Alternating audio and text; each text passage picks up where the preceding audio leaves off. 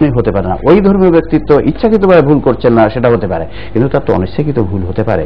আর সেই ভুলটা তাহলে আপনার মধ্যে এসে যাবে, মানবীয় দুর্বলতা, সেটা আরেকজনের মধ্যে চলে যাবে এই ভুলটি। কাজে আল্লাহ এই গাঢ়টা রেখেছেন যে অনিচ্ছাকৃত ভুল যেন ছড়িয়ে না পড়তে পারে, বা ইচ্ছাকৃত ভুল ছড়িয়ে না পড়তে পারে। অপূর্ব ব্যবস্থা আল্লাহ রেখেছেন। এরপরে আরেকটি প্রশ্নের দিকে আমরা চলে যাই, যে গাজীপুর থেকে ভাই নাসির লিখেছেন, মহাসত্তাল করার অনুষ্ঠান বাংলা ভিশনের নিয়মিত জুমাবারের আয়োজন আমরা দেখি এবং আয়োজকদেরকে আন্তরিকভাবে মোবারকবাদ জানাচ্ছি। এই অনুষ্ঠানে মানুষের অনেক মৌলিক ভুল ভাঙছে বলে আমরা মনে করছি। অবশ্যই আপনাকেও আমরা ধন্যবাদ জানাচ্ছি আমাদেরকে মোবারকবাদ দেওয়ার জন্য। স্যার, আরেকটি প্রশ্ন চট্টগ্রাম থেকে আলী আহমেদ লিখেছেন, সেটা হলো কোরআনের অন্যের করা অর্থ বা ব্যাখ্যাকে অন্ধভাবে মেনে নেওয়া যাবে কি? জি ভাই আলী আহমদ, ইতিমধ্যে আমরা এই বিষয়ে কিছু কথা বলেছি। দেখুন, কোরআনের অন্যের করা অর্থ এবং ব্যাখ্যা মেনে নেওয়া যাবে কি অন্ধভাবে, এটা আপনি প্রশ্ন করেছেন। বিষয়টি আপনি একটু চিন্তা করুন। আমরা আগে বলেছি কোরআনের আরবি আয়াতটি নির্ভুল, এটা আমাদের চোখ বন্ধ করে মানতে হবে, কিন্তু তার অর্থ এবং ব্যাখ্যা যে ব্যক্তি করেছেন উনি তো একজন ব্যক্তি, ওনার অনিচ্ছাকৃত ভুল হতে পারে, মানুষের মানবীয় দুর্বলতার কারণে অনিচ্ছাকৃত ভুল হতে পারে। এই জন্য আপনি এটা দেখবেন, দুটো তিনটে তাফসীর যদি দেখেন, দেখবেন এক তাফসীর কারক একভাবে ব্যাখ্যা করেছেন, আর এক তাফসীর কারক আরেকভাবে ব্যাখ্যা করেছেন।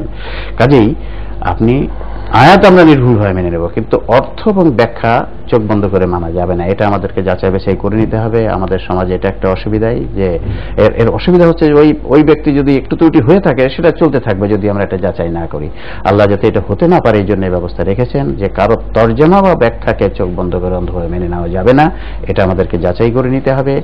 প্রথমে আমাদেরকে কমন সেন্সের মাধ্যমে প্রাথমিকভাবে যাচাই করতে হবে, তারপরে কোরআনের অন্য আয়াত সুন্নাহর মাধ্যমে অন্যভাবে এটা যাচাই করে নিতে হবে। নিজে যদি পারা যায় ভালো, যদি না যায় তো অন্য কারো কাছ থেকে শুনে সেটা একটু যাচাই করে নিতে হবে। আমরা কিন্তু আমাদের জীবন পরিচালনার সব ক্ষেত্রে এটা করি। আমরা সবসময় কোনো একটা কথা শুনলে সব আমরা যাচাই করে নেই।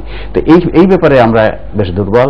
আশা করি আমরা যদি সবাই এই দিকে খেয়াল রাখি, যে যাচাই করে নিয়ে মানি, তাহলে আমরা অনেক বিভ্রান্তি থেকে বাঁচতে পারবো। জি, আলহামদুলিল্লাহ ভাই আলী আহমদ, অবশ্যই আপনার প্রশ্নের আপনি উত্তর পেয়েছেন বলে আমরা মনে করি।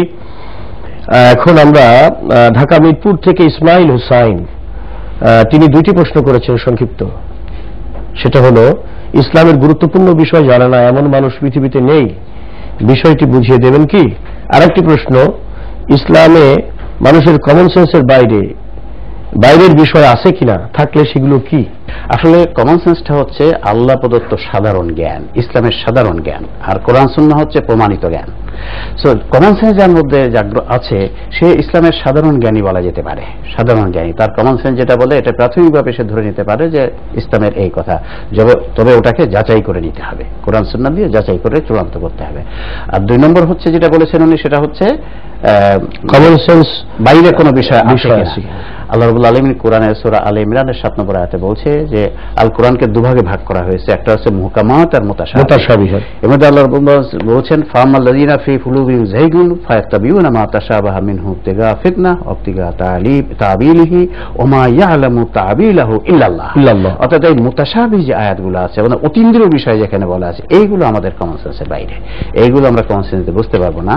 তো এই বিষয়গুলো বাদে, এই অল্প কয়েকটি মুতাশাবিহাত বাদে আর সবই কমন সেন্স সিদ্ধ। আলহামদুলিল্লাহ। আমাদের প্রশ্ন আরো ছিল। সম্মানিত দর্শকবৃন্দ, আপনারা ইমেল, চিঠি এবং SMS এর মাধ্যমে বিভিন্নভাবে আপনারা প্রশ্ন পাঠিয়েছেন। প্রশ্নগুলোর উত্তর দেওয়ার জন্য আমরা বাছাই করে কিছু প্রশ্নকে নিয়েছি। সময়ের স্বল্পতার কারণে আমরা আজকে আপনাদের মাত্র 10টি প্রশ্নের উত্তর দিতে পেরেছি।